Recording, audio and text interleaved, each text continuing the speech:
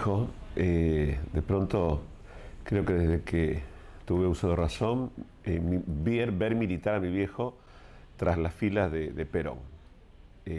Siempre decía que tenía la sangre de Cristo y la sangre de Perón, de manera tal que él dio su vida por Jesús, pero también la dio por Perón hasta el último día que él partió, que Perón partió, y de hecho él estuvo ahí participando de toda esa movida. Vi a mi viejo vociferar, gritar, pelear, militar y servir de alguna manera en todo lo que fue la etapa donde él estuvo ligado a los peronistas. Él estaba a cargo de la básica de lo que era Gaboto y Berruti, allí de hace varios años, en 70 por allí, en la zona de Tablada. Yo era muy pequeño, la mayoría de las cosas no entendía, pero sí ver que mi papá organizaba, se movía, convocaba, visitaba gente, dio una mano bastante importante en su momento en el barrio, mientras pudo, incluso por causa de su salud. Pero él era un apasionado. Él vivía pensando, escribiendo y organizando de alguna manera algún proyecto, alguna acción, como para poder de alguna forma acompañar a la gente, viajar a Buenos Aires, hablar con algún que otro dirigente con miras a poder ir gestionando alguna salida y algún recurso para el barrio. Mi padre recibió de heredad la pobreza de sus abuelos, de sus padres mismos. Nosotros vivíamos en un pequeño villorrio de Berruti y Gaboto, frente a lo que en su momento era el frigorífico La Cap. Hoy por hoy todavía está ese amplio terreno donde había 6 ranchos. El nuestro, lo único que tenía de particular es que de tantas inundaciones mi viejo lo había reconstruido arriba de una plataforma de 1 metro, de manera tal que cuando llovía el agua por lo menos por abajo no entraba, pero por arriba sí, porque las chapas eran las mismas. Sé de pasar profundas necesidades, sé lo que es no comer, lo que es pedir, lo que es vivir de la limosna y de la piedad, tal vez de las monjas, de gente del partido. Antes de que mi viejo llegue al partido, de alguna forma, esa fue nuestra experiencia de crítica. Mi padre también era un hombre violento, de manera tal que lo iracundo de su persona lo sufrimos con mi madre durante varios años, hasta que de hecho él tiene un encuentro con Dios y participamos de alguna reunión de fe que generó un cambio en la manera de pensar de mi padre, y a partir de esa experiencia cambió toda su manera de vivir.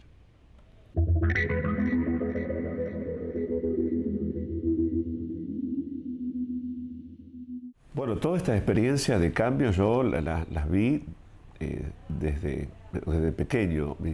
Muchas cosas no fui entendiendo hasta que fue pasando el tiempo y fui creciendo, fui madurando. Pero recuerdo momentos muy puntuales en la relación de mi familia, desde que mi padre llega a una reunión de fe. Y fue muy particular hasta esa llegada a la iglesia. Hacía 3 días que nosotros no comíamos. Y pasa una camioneta, un rastrojero con una bocina, esas bocinas de los viejos verduleros, va anunciando una campaña, una reunión de fe, de sanidad, de milagros, de cambios, y una invitación a que los vecinos vayan con tiempo para quedarse después de la reunión de fe, porque iba a estar la carpa de la bendición donde iban a dar comida a todos los que fueran. Y nunca mi padre había incursionado en ámbitos de la fe, pero el hambre nos llevó a ese espacio. Fuimos, a los chicos los llevaron aparte para que nos asistan algunas señoritas contando alguna enseñanza bíblica. Recuerdo que nos sirvieron la leche, hubo cosas que realmente me marcaron. No sé si era porque esa noche comí después de varios días de pasar realmente suma necesidad, pero esa noche nos fuimos con una bolsita a casa y compartimos. Al otro día fuimos a esa reunión de fe. Pero más allá de que yo no entendía nada, en verdad, de lo que pasaba, para mí ese espacio fue de contención, fue de ayuda, me hizo bien, por todo lo que naturalmente yo también estaba necesitando. pero afectivamente nos hizo muy bien. Ese predicador que hablaba cosas que yo no entendía, algo le hizo a mi papá que mi padre lloró. Yo hasta esa noche yo nunca había visto a mi padre llorar. Él nos hacía llorar todos los días, a través de las grandes viabas que nos daba, palazos, cintazos, cadenazos, esa época donde los padres daban esa flor de palizas y quedábamos marcados y tendidos en el piso por horas. Pero esa noche mi padre la tomó de la mano a mi madre y pasaron al altar y ahí algo sucedió. A partir de esa experiencia mi padre cambió. Jesús llegó a nuestra familia y todo fue distinto.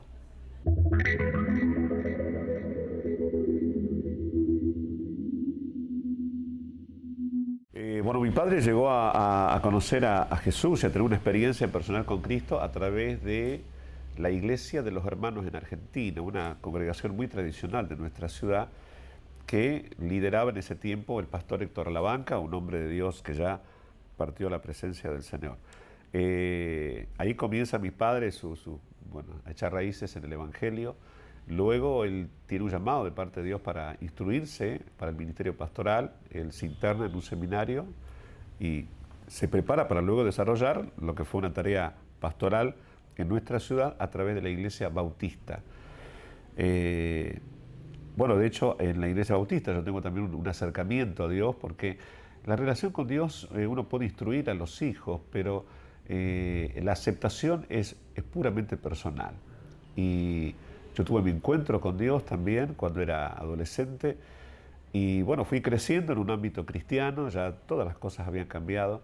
Mi padre muere joven por un problema de salud que él arrastró desde su niñez por causa de la miseria. Mi padre muere de tuberculosis, pero muere con paz y muere siendo un hombre distinto y sirviendo a Dios. Algunos años más tarde, yo ya tenía unos 25 años cuando también siento en mi corazón el llamado para prepararme para el ministerio pastoral y bueno, también el seminario, la instrucción y bueno, capacitarme y alinearme, acercarme a los pastores de la ciudad para también aprender.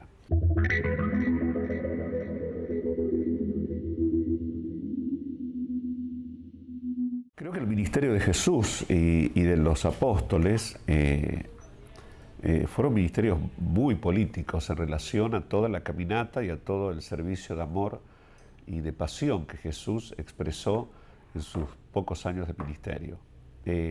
La caminata de Jesús en pos de asistir, de socorrer a la gente, de alguna forma es mi constante y permanente inspiración.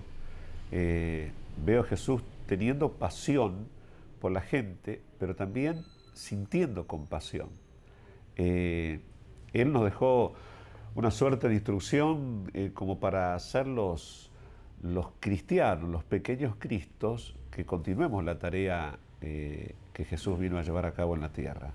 No es una tarea sencilla, especialmente en estos tiempos donde las cosas tanto han cambiado y donde los problemas han proliferado y las situaciones críticas que viven las familias tienen distintas aristas, pero de alguna manera el abrazar, el caminar de Jesús, asistiendo, socorriendo, ayudando a la gente, más allá incluso de acciones meramente divinas, milagrosas, sino asistiendo a la gente desde el plano natural, en una suerte de contención física, de provisión de alimentos, de recursos, pero también, y por sobre todas las cosas, en una afección directamente al corazón.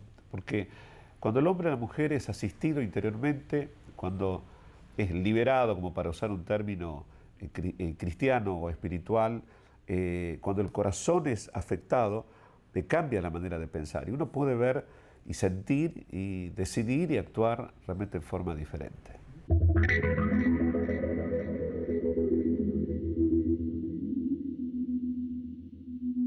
Bueno, de pronto el tema de llevar a cabo una acción liberadora hacia la comunidad creo que es una constante de la Iglesia. Solo que tal vez las formas en las cuales cada comunidad lo expresa es distinta. Tiene que ver con las doctrinas, con con las formas propias de cada denominación de la iglesia evangélica en el mundo. Más allá de que todos anhelamos de que la gente tenga un encuentro con Dios, que pueda liberar su alma, que pueda ser libre su manera de pensar para poder cambiar su manera de vivir, hay muchas organizaciones cristianas, evangélicas, que están realmente muy comprometidas, también desde la política, para poder, desde ese ámbito, esgrimir otros recursos que le permitan accesar justamente a otra respuesta que la gente necesita. Yo entiendo que la gente va a recibir la bendición, yo puedo salir a la calle, orar por la gente, puedo hablarle de Jesús, puedo presentarle todo un panorama de esperanza a causa de la fe, pero he aprendido, la Biblia dice que la fe sin obras es muerta. Yo puedo creer, puedo tener esperanza, pero debo acompañar a esa confianza que tengo puesta en Dios justamente con acciones naturales que me permitan, en la suma de la esperanza y de las acciones físicas, poder contribuir a la ciudad, a la comunidad, con respuestas que sean sólidas, tangibles, que no sea algo meramente ilusorio que produce la fe, la esperanza, sino que tengan respuestas en verdad absolutamente reales para que desde la fe y desde la acción de fe podamos ver hechos concretos.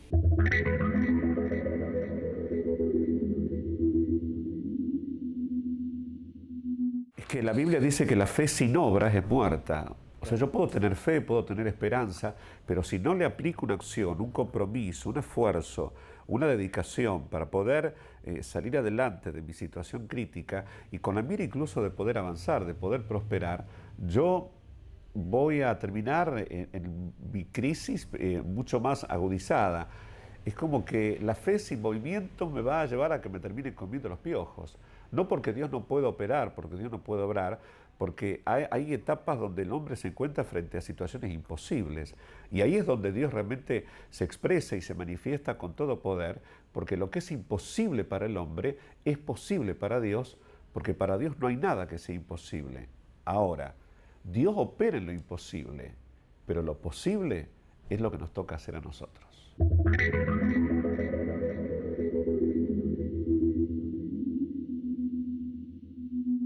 Bueno, yo nunca dejé de militar como pastor, de caminar, de asistir en la ciudad, en distintas ciudades de Argentina, donde pudimos abrir otras iglesias.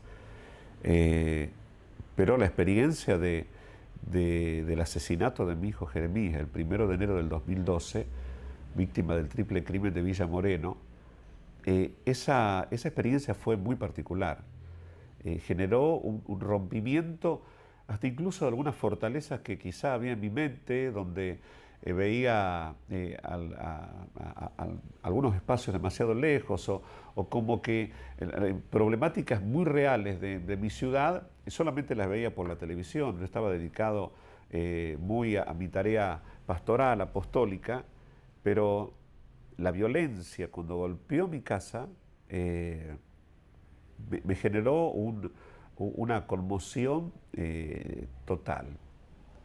Creo que fue hasta incluso Dios permitiendo una experiencia traumática para que mi corazón se quebrara, porque cuando Dios quiere hacer algo nuevo o Dios quiere llevarnos a otra etapa, a otro espacio, y uno está ensimismado en su agenda, Dios de alguna manera tiene que llamarte la atención y muchas veces utiliza situaciones extremas para quebrar el alma y que de esta forma quienes de alguna manera somos gente de fe, somos escogidos por Dios para alguna tarea en particular, pues podamos prestarle una atención por demás, incluso hasta de concienzuda en relación a que yo necesito que Dios me ayude a poder superar esta situación, pero también a poder entender para qué permitió, en mi caso, que mi hijo fuera asesinado. Y la experiencia que vivimos los que sufrimos la muerte violenta de algún afecto es traumática, genera muchos quiebres. A mí me ha ayudado totalmente el hecho de tener a Dios, fortalecerme en Él, llorar con todo mi corazón, porque soy un hombre de Dios, pero soy un hombre de carne y hueso, con un alma que ha sido sensibilizada por Dios, pero también por la vida, Y a partir de ese momento yo entendí de que no podía quedarme encerrado en mi casa llorando a mi hijo, que si bien podía hacerlo y tenía todo el derecho de hacerlo, pero entendí de que Dios me estaba abriendo todo un camino amplio que yo nunca había observado y era justamente el de poder acompañar a tanta gente que como yo estaba sufriendo el dolor de la pérdida de algún hijo, algún marido, algún hermano, algún esposo. Y a partir de allí fue que empecé a caminar la ciudad, quizá desde la excusa de caminar por el triple crimen, por causa de Jeremón y Patón. Esta fotito recorrió un montón de lugares de mi ciudad y de otros lugares, de otros espacios, pero Jeremón y Patón fueron de pronto el impulsor para que yo pueda salir a la calle a decirle a la gente que nos acercáramos a Dios, que no había forma de poder fortalecernos y consolarnos si no era con la ayuda de Dios, pero también comenzar a ver qué podíamos llevar a cabo para que esta realidad que nos golpeaba a nosotros pudiese tener cambios. Bueno, y allí empezamos a militar con el acompañamiento de los familiares de Claudio, de Adrián, con la gente del movimiento 26 de junio, de Giros y de tantos otros lugares que se hicieron eco de nuestro dolor y que entendieron, sumado a tantos otros familiares que con el correr de los meses fueron sumándose a las marchas que convocamos, entendimos que era necesario movernos, que había cosas que solamente iban a cambiar si realmente salíamos a hacer una suerte de ruido en la calle. Porque una de las cosas que entendí es que para que nos presten atención tenemos que hacer bullicio. Y para que haya una respuesta, para que nos convoquen, para que nos escuchen, para que trabajen en algunas problemáticas, como es el tema de la violencia en nuestra ciudad, fue necesario hacer ruido, salir a la calle, gritar, increpar, pararnos frente a las autoridades para reclamar los derechos que tenemos. Y sumado a esto, la experiencia de que 2 años después matan a mi hijo Jairo. Jairo fue asesinado el 2 de febrero del 2014, en pleno centro de la ciudad, víctima de la violencia de nuestra ciudad. Entre medio de la muerte de Jeremías y de Jairo en el 2013, muere mi esposa. O sea que la experiencia de dolor, de violencia que en alguna manera vivimos como familia, me generó todo lo contrario a lo que naturalmente yo podía haber vivido. Bajar los brazos, tirarme al abandono, a la depresión, pero entendí que si Dios me estaba fortaleciendo, si Dios me estaba dando valor, me estaba dando el coraje para levantarme cada día por mis hijos, por mis nietos, por la gente que es parte de nuestra congregación de fe, era también justamente por la ciudad. Y caminé, y de hecho sigo caminando con esa mira, buscando, de hecho, algún recurso que me permitiera en su momento poder asistir a las familias en otros órdenes, porque como pastor tengo a cargo varias iglesias, pero nuestra estructura ministerial no es poderosa, no es fuerte, trabajamos con gente muy limitada, pobre, de escasísimos recursos, como para decir, bueno, vamos a asistir de tal o cual manera a esta familia. Y allí sentí en mi corazón de que venía una etapa nueva, golpeé en algún momento algunas puertas como para tener alguna respuesta con miras de poder asistir a la familia en su crisis, en sus problemas. La realidad es que en muchas ocasiones no tuvimos respuesta. Pero esto no me llevó a detenerme, sino a poder insistir, seguir adelante, buscando algún recurso que me pudiera asistir para poder bendecir.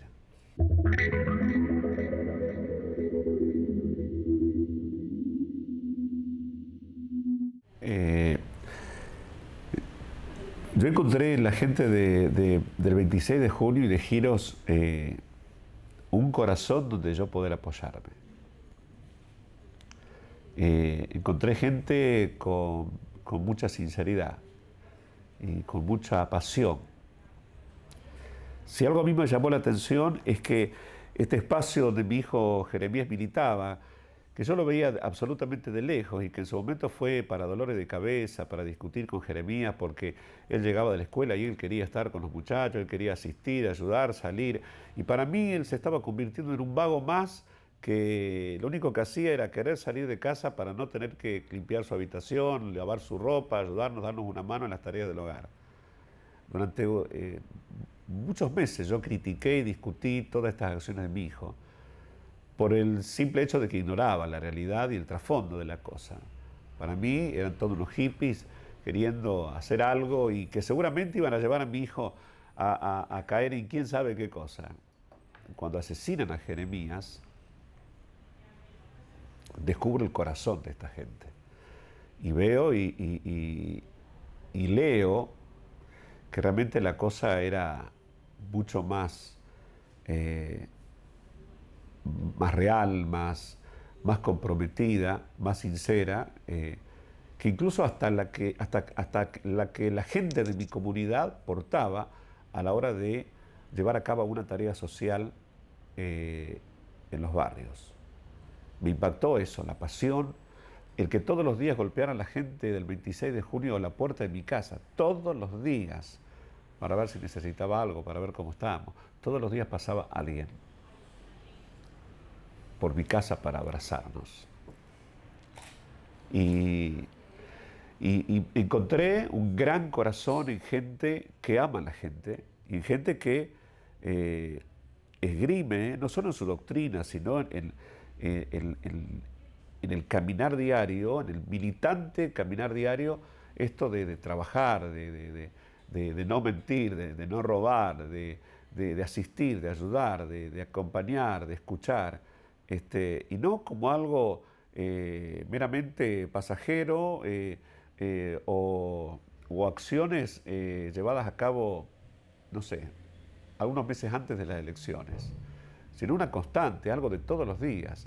Desde el 1 de enero del 2012, yo he vivido una experiencia impresionante de acompañamiento total e incluso integral hasta este día, de gente que no es evangélica, que no es cristiana, que tal vez en su mayoría son agnósticos, que no creen en Dios, pero que portan acciones que tienen mucho de cristiano, mucho de Jesús y mucho de militancia, justamente que fue lo que a mí en verdad me impactó y me llevó a decidir sumarme a las filas de este colectivo. Aparte, yo recibí, y creo que por legado de mi hijo Jeremías, el laburo que él venía haciendo. Y un poco, y creo que de todas maneras, mi compromiso con Ciudad Futura tiene que ver justamente con continuar la tarea que Jeremías llevó a cabo por un tiempo.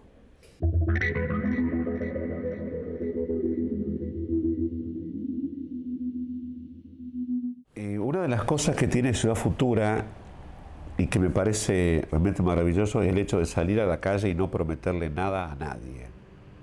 Nada. Sí escuchamos, sí tomamos notas, sí pensamos cuál es el recurso inmediato como para ver si podemos asistir al individuo, a la familia, a la comunidad. Como esto es un colectivo, acá pensamos todos. Acá no hay uno que manda y el resto obedece. Acá nos tomamos el tiempo para escucharnos, para escuchar los silencios que de alguna manera hablan tanto y más de lo que muchas veces pensamos, y poder entre todos, en la suma de pensamientos, opiniones, expresiones, intervenciones, capacidades, vamos articulando justamente acciones y recursos que desde los recursos propios de Ciudad Futura son parte de las herramientas que tenemos para poder asistir a la comunidad. Yo creo que es una de las cosas que también de hecho estamos viendo, uno de los grandes problemas de Rosario es el tema de la desigualdad. A ver, uno de los grandes problemas de nuestra ciudad es la violencia. Creo que la violencia parte desde la desigualdad, desde estas situaciones de necesidades insatisfechas, de problemas y de crisis irresueltas, de, de promesas, de tomar nota para decir a la gente que te llamo mañana, que esta semana nos comunicamos y pasan los días, la semana y los meses y la gente sigue esperando. De una deuda que no tiene que ver con cuántos millones yo pueda comprometer al municipio en estos recursos extranjeros con miras a poder llevar a cabo un proyecto para cierto sector de la ciudad, sino poder observar que la real deuda es la que hace 10, 20, 30, 40, 50, 60, 70 años el municipio tiene con gente de nuestra ciudad que está viviendo en el mismo estado, en la misma situación, en la misma condición que hace más de 50 años atrás. Y esto parece quizá una exageración, pero es una realidad. Yo camino en la ciudad, me encanta sentarme a escuchar a los viejos, aprendo mucho y sus historias me hacen ver realidades que yo no alcancé a observar.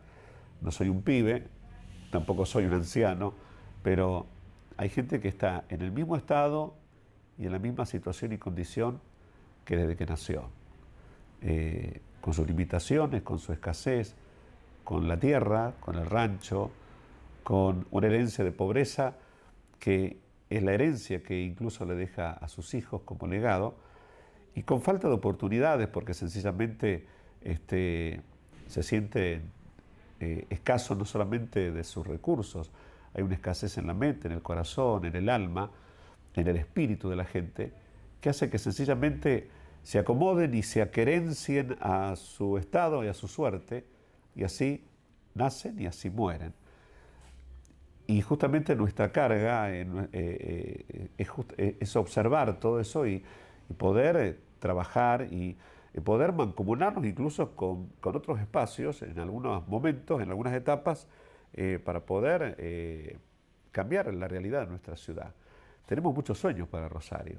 Creo que todos soñamos con una ciudad transformada, libre, diferente, pero sería maravilloso que todos pudiéramos anhelar una ciudad donde la igualdad sea una de las mayores experiencias y una de las más lindas postales que podamos venderle al mundo y poder contagiar desde estas experiencias tan enriquecedoras que serían que todos podamos tener la misma oportunidad, poder contagiar a que otros también lo puedan llevar a cabo.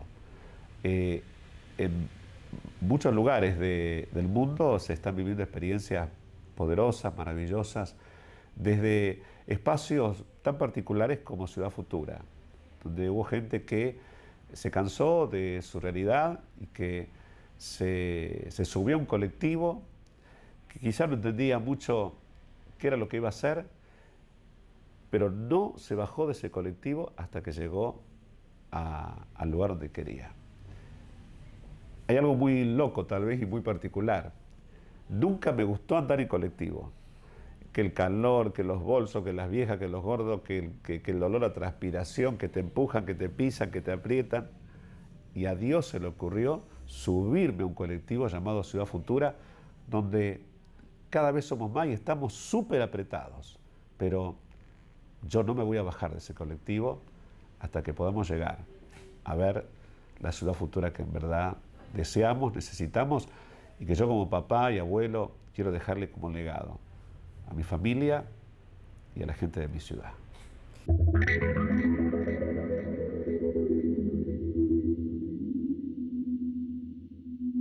Bueno, cuando me invitaron a hacer esta nota, me dijeron si podían hacerla en mi casa. Y yo no tengo problema que los periodistas vayan a casa, de hecho estamos como acostumbrados a que vayan. Pero mis tiempos de agenda me permitían recibirlo durante la mañana.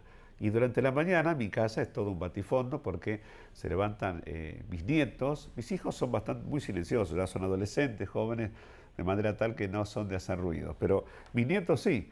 Así que les dije a ustedes que podíamos hacerlo en la oficina de trabajo de Ciudad Futura. Este lugar donde estamos es parte de uno de los espacios que Ciudad Futura tiene en la ciudad. Un lugar de encuentro, de reuniones, un lugar para compartir con la gente, para compartir un mate, que de hecho ya el agua debe estar fría, pero poder encontrarnos, poder charlar, poder escucharnos, poder abrazarnos y poder tal vez también en este lugar brindar alguna respuesta, alguna asistencia, algún socorro, alguna ayuda a las familias.